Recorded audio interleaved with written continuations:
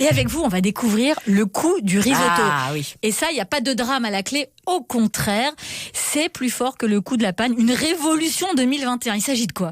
Alors c'est une journaliste de Cosette, je dois dire, qui est à la base de cette grande découverte, Alizée Vincent, qui nous a dit, je crois que je tiens un bon sujet d'enquête. Est-ce que vous connaissez le coût du risotto? Et alors là, évidemment, consternation, non, on voit pas et tout. Et il nous a dit, moi, j'ai l'impression que les gens, quand ils font leur premier rendez-vous amoureux chez eux, ils font un risotto pour épater l'autre. Incroyable. Et surtout les garçons, parce que ça leur permet de cuisiner, etc. Donc elle a fait sa petite enquête, elle a même fait un sondage sur Instagram, et il y a, sur 585 abonnés, 42% ont répondu « Oui, c'est vrai, j'ai déjà cuisiné ou on m'a déjà cuisiné un risotto ». Pour un premier rendez-vous. Alors pourquoi le risotto, Isabelle Motro? Ah bah alors justement, elle a enquêté, Alizée. Ah oui. Et alors pourquoi? C'est très simple. Le risotto, en fait, c'est quelque chose déjà qu'on fait dans la cuisine. C'est-à-dire qu'au lieu de mettre un plat au four et d'aller discuter avec un peu coincé, le verre à la main dans le salon, vous restez dans la cuisine. On surveille, on touille. Oui, on doit touiller, on doit, voilà.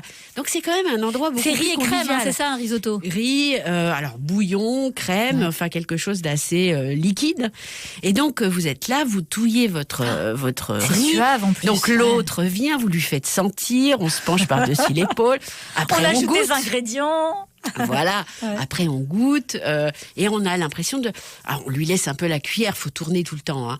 Donc, on lui laisse un peu la cuillère, une vingtaine de minutes. Ah oui, quand même. Donc, on a le temps d'aller déboucher une bouteille, de boire, de machin. Donc, là, on est hyper rapprochés à ce moment-là. Au bout de 20 minutes, vous vous rendez compte, on a partagé la même cuillère. Ça sent le vécu, Isabelle Motro. Vous l'avez essayé chez vous ou pas? Ah bah évidemment. Et alors? Ah bah ça marche bien. C'est vrai. Et c'est votre date ou Non, c'est mon compagnon qui est là depuis très longtemps, mais il a quand même beaucoup aimé. C'est vrai? Ah oui. Je crois que si on s'était pas connus, ça aurait marché. Ça veut dire que le risotto, en plus, c'est génial parce que déjà, ça fait un peu italien. Oui. Je pense que pour les garçons, ça fait un peu, vous voyez. Ah bah oui. Puis côté érotique, quoi. Voilà, il y a un côté romantique, risotto.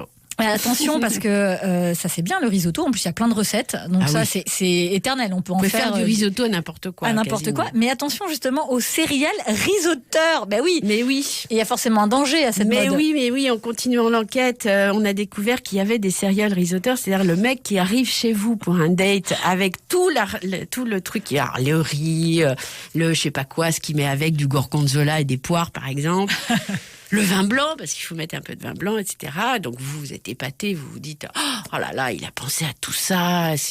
Donc on sent il le fait à manger, quoi. Voilà, c'est sexy à mort. Bah oui, complètement.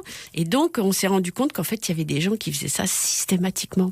Oh non. Et ça ne veut pas dire plus que je veux passer la nuit ici chez toi. Je ne reviendrai pas après demain. Le risotto, mais je ne vais pas revenir. Ni après-demain. Tu vas laver la poêle toute seule. Quel destin. Heureusement, si ça vous arrive, pour vous consoler, vous pouvez dévorer entièrement Passion culinaire, c'est l'excellente série de Cosette. Merci beaucoup, c'est toujours un bonheur de vous avoir, Isabelle Motro. C'est un bonheur de venir. Il me tarde de vous retrouver pour d'autres sujets passionnants. À bientôt. À bientôt. Minute Papillon sur France Bleu, Sidonie Bonnec.